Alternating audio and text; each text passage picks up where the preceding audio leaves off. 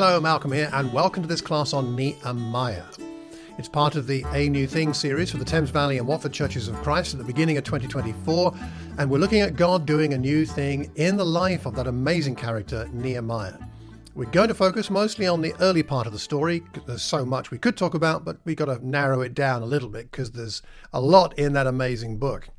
Let's talk a little bit about Nehemiah before we get into the text. The first thing is that historically, what's written in the book does fit with what we know through archaeology and other aspects of the history of the time. And in the British Museum in central London, you will find some silver bowls and cups and things like that from the palace of Artaxerxes, who was the ruler at the time of Nehemiah. He ruled from 464 to 424 BC. Well worth a visit to go down and see those plates, those silver bowls, because there's an inscription on one of the bowls in particular, and I'll put the picture on my website, so you can go there for it, malcolmcox.org. The picture you'll see there identifies that bowl as having been made in the palace of Artaxerxes I. And as cupbearer to him, chapter 1, verse 11 of Nehemiah, Nehemiah likely would have handled articles such as this. It is a tantalizing possibility that the very things we see in the British Museum today could have been handled by Nehemiah. What a thought. Certainly he handled things very similar. So he's cupbearer to the king. Most of what we're reading about here happens in about 445 BC. And it's about 13 years after Ezra has set out for Jerusalem, Ezra chapter 7, verse 7. So he's following on, and how now we have the next phase of what God is going to do in Jerusalem and for his people. At the beginning of Nehemiah, it talks about the Jewish remnant that had survived the exile. That word remnant can also be translated survivor or even escapee. So there's an allusion to the flight from Egypt that made the Hebrews into a nation.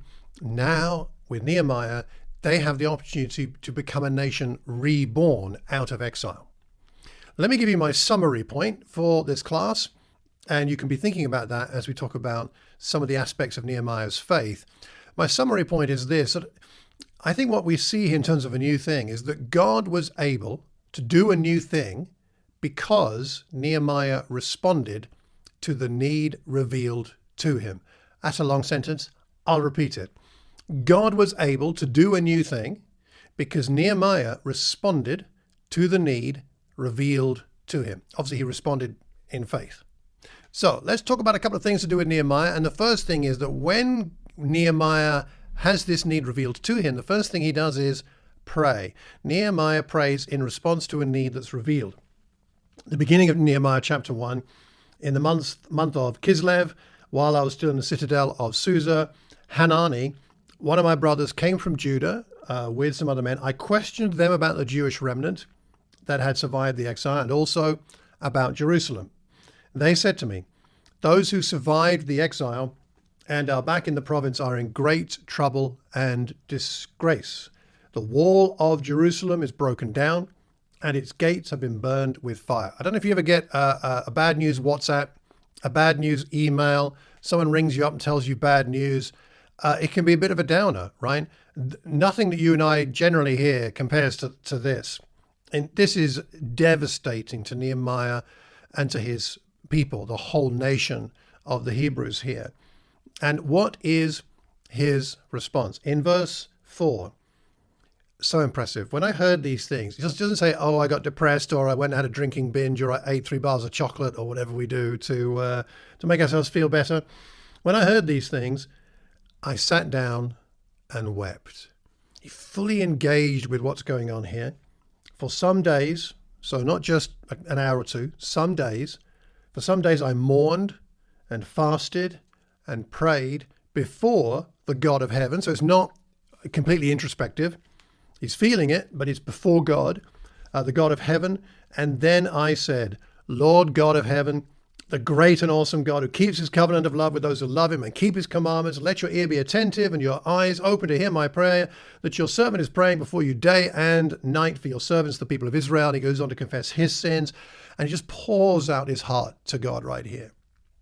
As one commentator said about this passage, Nehemiah's first response to the challenging news he received was an honest outpouring of emotion. He held nothing back. What an example for you and me as we face struggles and heartache in this world. We don't have to act strong and be tough.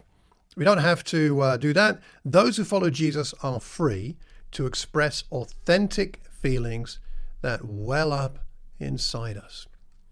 Before we can do new things, we sometimes have to reckon with the bad news of the trouble that we're in. And that shouldn't lead to us being stuck and frozen in place, but instead to pour out our hearts to God.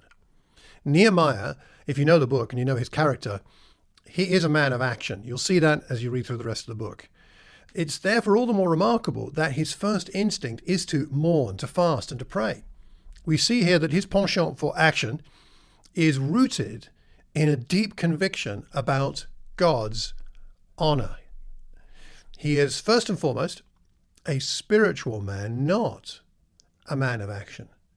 So fixing things that need fixing in the church or through faith by whatever means, whatever the issues are, if you like, fixing things, it's about going to God first.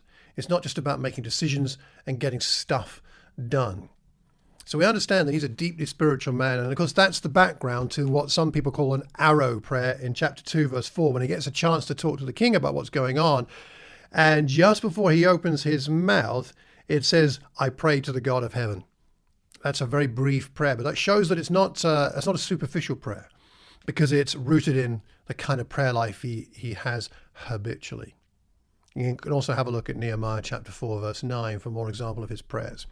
So if you and I are going to see God do new things in us and through us, we first of all need to be people who connect with God on an emotional and deeply prayerful level that helps us to connect with God's sense of what's going on in the situation that we'd like to see changed. That's the first thing in Nehemiah. The second thing I'd like to point out for us today is that having prayed, Nehemiah does take decisive action. He acts. Chapter 2, in the month of Nisan, 20th year of King Artaxerxes, wine was brought to him. I took the wine, gave it to the king. That's his job. I had not been sad in his presence before.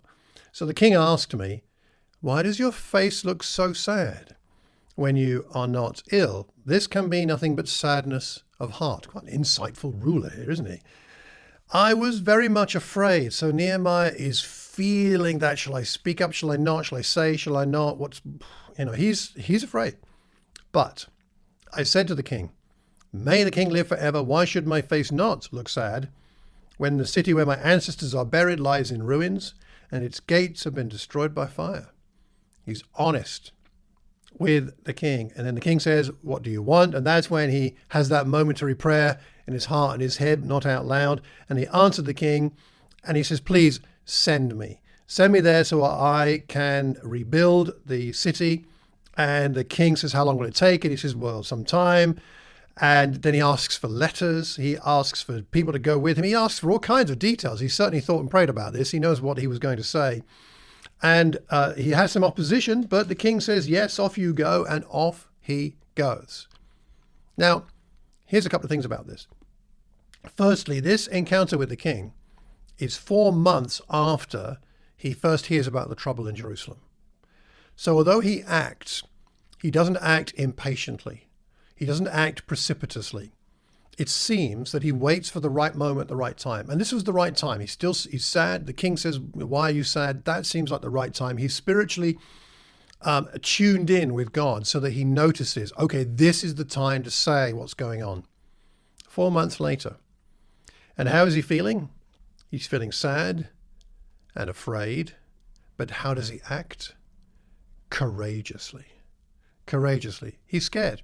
He's scared because he's putting his life on the line. I mean, his life and his people's lives on the line. I mean, the king had the power, like in the story of Esther, actually, the king had the power to execute someone for not behaving properly in his presence, however the king defined properly.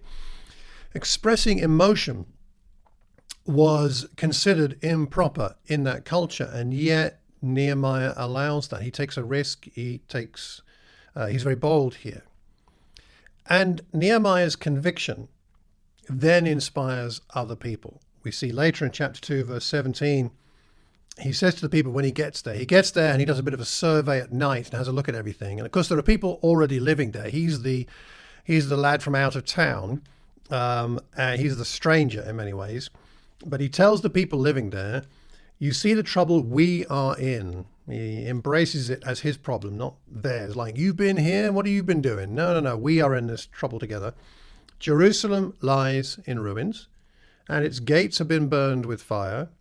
Come, let us rebuild the wall of Jerusalem, and we will no longer be in disgrace. I also told them about the gracious hand of my God on me and what the king had said to me. Has some good news to bring. They replied, you must be joking. Who are you? I know the king sent you, but you don't know the situation here. You don't know why we're in a situation. You don't. Where are we going to get the materials from? How are we going to be able to do that? We've got so much opposition. And anyway, we're a people under occupation. I mean, there are so many long list of things they could give him as to why he should just pack up and go home. They replied, no, didn't reply with any of that. They replied, let us start rebuilding. So they began this good work. What an amazing thing.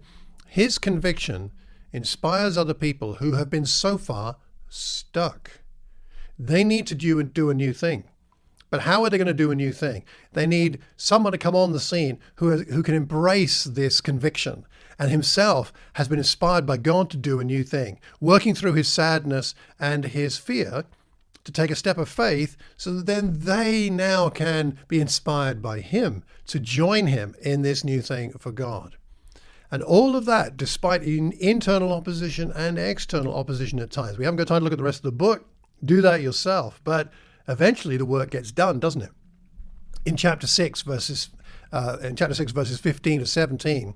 So the wall was finished on the 25th day of the month Elul in 52 days. Didn't take too long. And when all our enemies heard of it, all the nations around us were afraid and fell greatly in their own esteem.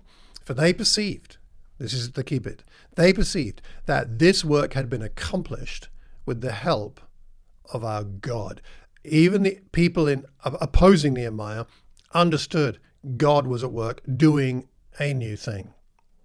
So let me wrap up by asking you a couple of questions here. All this great work was completed, but where did it begin?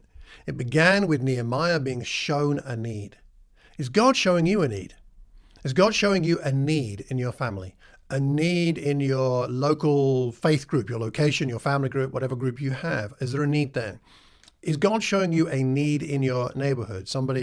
A need with poor and needy people, or those who are lost and far from God? Is God revealing a need to you? Last week I went praying around a place called the Croxley Business Park, which is near me. It's a place with many, many offices in a really nicely landscaped area. It's quite nice. And I go there sometimes to the cafe to work, just to be able to focus. And but it occurred to me I haven't been praying there. And I walked all around the whole areas, a large business park, praying, and just God put it on my heart. Could we start a lunchtime Bible discussion here and see what God would do with that? And I felt like that's a need. I don't know the situation in this business park, but at least I'm going to find out. I remembered that some years ago, somebody came to one of our church services in Watford who worked there. And I got hold of the person who brought them to figure it out if I could speak to them and find out if there's anything already going on the site, on the business park. Turns out they've now left the company. They're not there anymore. Okay. So then I tried somebody else I know who's involved with a lot of activities in Watford on the Christian scene. They might know, not heard back from them yet. I've now asked the Watford Church if they know anybody who works there to find out what's maybe already going on. And today I messaged Harry Patel, because Harry used to work there and he might know some people. And I'm going to keep asking until God, I guess, maybe if he says no, that's fine. But it was put on my heart, and I thought, I don't know how to start something there. Actually don't know. But let me ask and pray and ask and pray and ask and pray and see what God does. Maybe you can pray too, that we could start something there. Seems like a good idea to me. But is there something that God has shown you is a need? Is there an action you could take in at least one area of need this week? Remember our summary point from the beginning. God was able to do a new thing because Nehemiah responded to the need revealed to him. God is able to do a new thing in you. If you and if we respond to the needs as they are revealed to us, if we respond by prayer and then by taking whatever action we can, and then let's see what God will do. I hope you find these thoughts on Nehemiah helpful. Next time, we'll be talking about the Apostle Peter, and we're going to finish this series by talking about the Samaritan woman. If you've got any questions or thoughts, drop me an email. The email address is in the show notes and on screen. And I do hope and pray that between now and the next time, you find it very exciting that God shows you a new thing and uses you to do a new thing, and that he reveals what those new things are, and you pray and take action. Till the next time, take care and God bless.